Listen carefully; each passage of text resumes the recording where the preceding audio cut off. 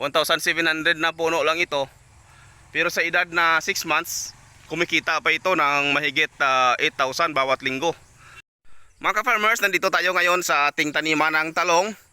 At ipapakita natin sa inyo kung ano ang plastar ng talong natin ngayon mga ka-farmers, dahil mahigit 6 months na ang edad nito. So yan, kung makita po ninyo, marami pa naman siyang mga bunga. Yan si lalim hanggang dito sa taas, oh. Yan. So ang ginagawa natin dito mga ka-farmers ay mini-maintain lang natin ang pag-pruning dito. Kapag nakita natin na masyadong masukal na ang talong natin, ay binabawasan natin ang sanga. Yan, oh, tulad nito. Binabawasan natin ang mga sanga dito para mas maaliwala siya, makakapasok ang hangin, and then hindi masyado magastos sa abono at mga insecticides at foliar itong talong natin. Dahil kung masyadong masukal o masyadong mayabong kanyang mga dahon, ibig sabihin ay ano siya, matakaw sa abono at yung mga bunga niya ay maliliit.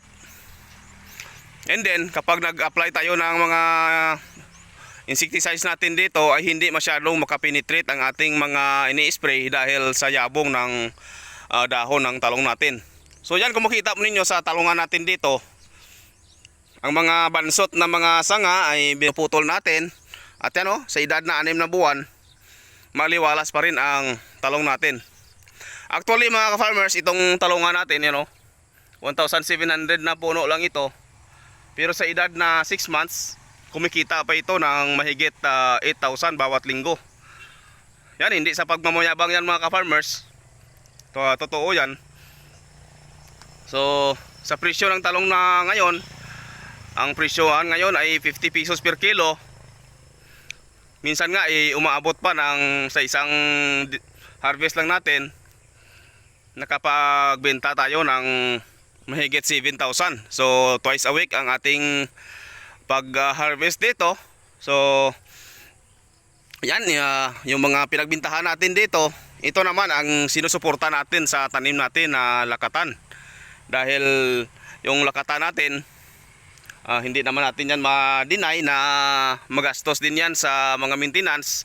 So yung kita natin dito sa talong, yan naman ang alalay natin sa ating tanim na lakatan. So yan.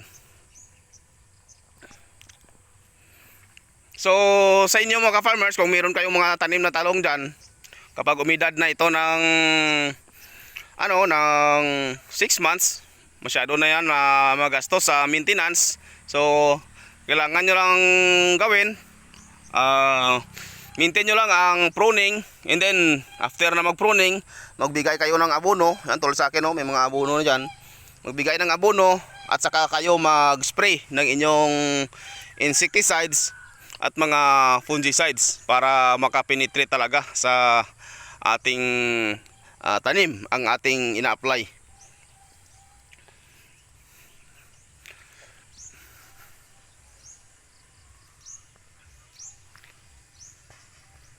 So yan, itong talong mga ka-farmers ay matagal ang buhay nito.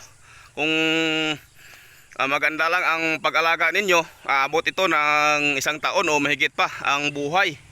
So yan lang, ang tandaan nyo lang, protocol sa abono, sa insecticides at fungicides, and then maintain talaga ang pruning dito. So yan. So yan, oh, kung makita po ninyo, maganda pa rin ang tindig ng talong natin. Although na medyo marami ang uod dito, pero ma-minimize naman natin